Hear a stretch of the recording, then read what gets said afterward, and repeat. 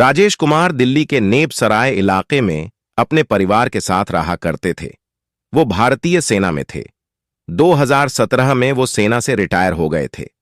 घर में उनकी पत्नी कोमल, 23 साल की बेटी कविता और 20 साल का बेटा अर्जुन रहा करते थे। कविता और अर्जुन दोनों ही अभी पढ़ाई कर रहे थे।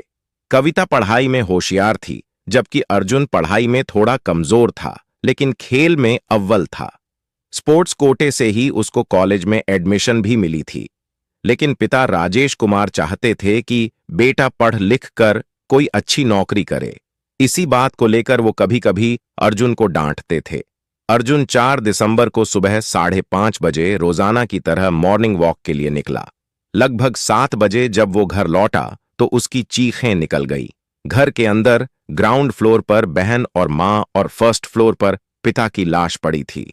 बेड और फर्श पर हर तरफ खून ही खून था। वो चीखता हुआ बाहर आया। चीख सुनकर पड़ोसी भी वहां पर पहुंच गए। अर्जुन रो रो कर उन्हें घर के अंदर का दृश्य बता रहा था। बाद में किसी पड़ोसी ने पुलिस को फोन किया।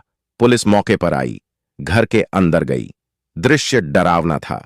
राजेश कुमार, उनकी पत्नी कोमल और बेटी कविता का गला किसी तेज धार हथियार से काटा गया था। शुरुआत में पुलिस को लगा कि अर्जुन वारदात के वक्त मॉर्निंग वॉक पर निकल गया था, इसलिए उसकी जान बच गई। लेकिन कहानी कुछ और ही थी। दिल्ली के एक घर के अंदर एक साथ 3 मर्डर हो गए। इसी कारण पुलिस फौरन हरकत में आती है और जांच शुरू हो जाती है। जांच की शुरुआत घर के अंदर से होती है। घर की तलाशी लेने पर पता चलता है कि ऐसा कोई भी कीमती सामान घर से गायब नहीं हुआ था। मतलब साफ था, घटना से लूटपाट का कोई संबंध नहीं था। तो फिर कत्ल की वजह क्या थी? अब पुलिस सीसीटीवी कैमरे की तरफ अपनी जांच की दिशा घुमाती है। नसीब अच्छा था, कई ऐसे कैमरे थे जो राजकुमार के घर की निगरानी कर रहे थे। पुलिस 3 दिसंबर की रात से लेकर 4 दिसंबर की सुबह तक के सारे सीसीटीवी फुटेज खंगालती है। जब सीसीटीवी फुटेज का नतीजा सामने आया तो पुलिस को कातिल मिल चुका था। दरअसल कैमरे का सच ये था कि 3 दिसंबर की रात से लेकर 4 दिसंबर की सुबह तक इस घर के अंदर सिर्फ और सिर्फ 4 ही लोग थे। रात से लेकर सुबह तक इन चारों के अलावा न कोई 5वां शख्स घर के अंदर आया, न बाहर गया था। सुबह 5:30 बजे घर से इकलौता शख्स जो बाहर निकला वो इसी परिवार का बेटा अर्जुन था। सीसीटीवी फुटेज देखकर पुलिस को शक हो गया था कि कातिल कोई और नहीं बल्कि घर का बेटा अर्जुन ही है। लेकिन इसके बावजूद भी पुलिस को इस बात का यकीन ही नहीं हो रहा था कि सिर्फ 20 साल का अर्जुन अपने मां बाप और बहन को एक साथ क्यों और कैसे मार सकता है। इस सवाल का जवाब जानने के लिए अब पुलिस रिश्तेदारों और पड़ोसियों से पूछताछ करती है। पुलिस का शक यकीन में बदल जाता है। अब उसी यकीन के साथ पुलिस अर्जुन को गिरफ्तार कर लेती है। अर्जुन अब पुलिस के कब्जे में था। जरा सा वक्त बीता और अर्जुन ने अपने हाथों से अपने मां बाप और बहन के कत्ल की बात कबूल कर ली और फिर पूरी कहानी सुनाई। एक ऐसी कहानी जिसे सुनकर किसी भी मां बाप या बहन का कलेजा कांप जाएगा। अर्जुन के पिता उसके साथ सख्ती करते थे। असल में इस कहानी की शुरुआत यहीं से होती है। अर्जुन को बचपन से ही लगता था कि उससे 3 साल बड़ी बहन कविता से उसके मां बाप उससे ज्यादा प्यार करते हैं। कविता बचपन से ही पढ़ने लिखने में होशियार थी, जबकि अर्जुन बचपन से ही एक बॉक्सर बनना चाहता था। पढ़ाई के मुकाबले उसका ध्यान खेल कूद पर ज्यादा था। पिता आर्मी में थे, बच्चों की परवरिश को लेकर थोड़े सख्त थे। वो चाहते थे कि पढ़ लिख कर कोई अच्छी जॉब करे और बस इसी वजह से वो अर्जुन को डांटते थे। कभी कभी उसकी पिटाई भी करते थे। इसी माहौल में अर्जुन और उसकी बहन धीरे धीरे बड़े होते हैं। लेकिन प्यार का ये फर्क अर्जुन की निगाह में अब भी कायम था। कई बार गुस्से में उसके पिता उससे ये भी कहते कि उनके पास जो भी जमा पूंजी है वो सब कविता को दे देंगे। ये बात भी अर्जुन को खटकती थी। अब धीरे धीरे उसके मन में अपने पिता के प्रति गुस्सा बढ़ रहा था। तभी 2 दिसंबर को कविता का 23वां जन्मदिन आता है। घर वाले कविता का बर्थडे मनाते हैं। अर्जुन एक बार फिर कविता को लेकर उमड़ रहे अपने मां बाप का प्यार देखता है और खुद को बदनसीब समझता है। ये वही तारीख थी, 2 दिसंबर, यानी बहन के जन्म का दिन, जब अर्जुन एक खौफनाक फैसला लेता है। फैसला पिता को मार डालने का, पर फिर सोचता है कि पिता के साथ साथ मां को भी मार दे।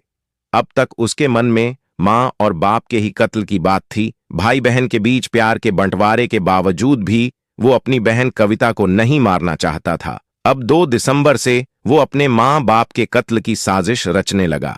उसने तय किया कि वो कत्ल रात को तब करेगा जब मां बाप और बहन सो रहे हों, पर उसे अंदाजा था कि पिता आर्मी में रहे हैं, लड़ सकते हैं। इसीलिए उसने प्लान बनाया कि वो एक ऐसा वार करेगा कि एक ही वार में काम पूरा हो जाए और पिता को बचने का मौका ही न मिले। कत्ल के लिए अर्जुन को अब एक तेज धार हथियार चाहिए था। उसे याद आया कि उसके पिता के पास एक सर्विस नाइफ है जो बेहद तेज है। सबसे पहले चुपके से उसने उस नाइफ को चुराया। अब बस उसे कत्ल की तारीख चुननी, और उसने तारीख भी चुन ली, 4 दिसंबर। इस परिवार के लिए यह तारीख भी बेहद खास थी। राजेश कुमार और कोमल की मैरिज एनिवर्सरी थी। अर्जुन अब 2 दिसंबर से ही 4 दिसंबर के आने का इंतजार कर रहा था। उसके पास पूरे 2 दिन थे, पर अगले 2 दिनों तक वो घर में ऐसा ही दिखाना चाहता था जैसे सब कुछ नॉर्मल है। इन 2 दिनों में वो अपने पिता से नॉर्मल बात करता रहा, मां पर प्यार बरसाता रहा और बहन से हंसी मजाक भी करता रहा।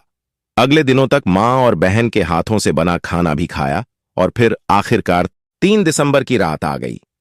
3 दिसंबर 2024 रात के 11 बज चुके थे। घर के 4 में से 3 सदस्य सो चुके थे, मगर चौथा सदस्य यानी अर्जुन जाग रहा था। अब भी उसके मन में यही था कि वो सिर्फ मां और बाप का कत्ल करेगा। लेकिन 3 दिसंबर की रात उसे अचानक एहसास हुआ कि अगर वो अपनी बहन को भी मार दे तो फिर जो कुछ भी जायदाद है उसका वो इकलौता वारिस होगा। फिर उसे यह भी ख्याल आया कि कत्ल एक हो या एक से ज्यादा, कानून की नजर में सजा तो एक ही है। ऐन वक्त पर उसने बहन कविता को भी मारने का फैसला कर लिया। इसके बाद जब उसे यकीन हो गया कि तीनों गहरी नींद में हैं, तो सबसे पहले उसने अपनी बहन कविता का अपने पिता की सर्विस नाइफ से गला रेत दिया। कोई आवाज नहीं आई। इसके बाद खून से सने उसी चाकू को लेकर वो पहली मंजिल पर पहुंचा। पिता तब कमरे में अकेले सो रहे थे। मां वॉशरूम में थी। नींद में सो रहे अपने बाप के गले पर उसने पूरी ताकत से वही चाकू घुमा दिया। आवाज इस बार भी नहीं आई। वही चाकू हाथ में लेकर वॉशरूम से मां के बाहर आने का इंतजार करने लगा। वो मां ही थी जो अब तक जगी थी। जैसे ही वो वॉशरूम से बाहर आई, बिना मौका दिए अर्जुन ने तीसरी बार चाकू गर्दन पर घुमाया और मां फर्श पर गिर पड़ी। आवाज इस बार भी नहीं आई थी। 3 कत्ल करने के बाद बारी बारी से वो हर एक लाश के करीब गया, सिर्फ ये देखने के लिए कि किसी की सांसें तो नहीं चल रहीं। इसके बाद जब उसे यकीन हो गया कि सब मर चुके हैं, तो वो तसल्ली से घर के एक कोने में बैठ गया। अब अर्जुन को सुबह होने का इंतजार था। सुबह 5:30 बजे जिम बैग उठाकर अर्जुन घर से कुछ यूं निकला जैसे कुछ हुआ ही नहीं। लेकिन कहते हैं ना, सबके गुनाहों का हिसाब होता है। अब अर्जुन सलाखों के पीछे पहुंच चुका है और उसका हिसाब होना बाकी है। दोस्तों, हमारी मेहनत के लिए वीडियो को लाइक करें। वैसा तो सजा देने का काम कानून का है, फिर भी उसे क्या सजा मिलनी चाहिए, कमेंट जरूर करें।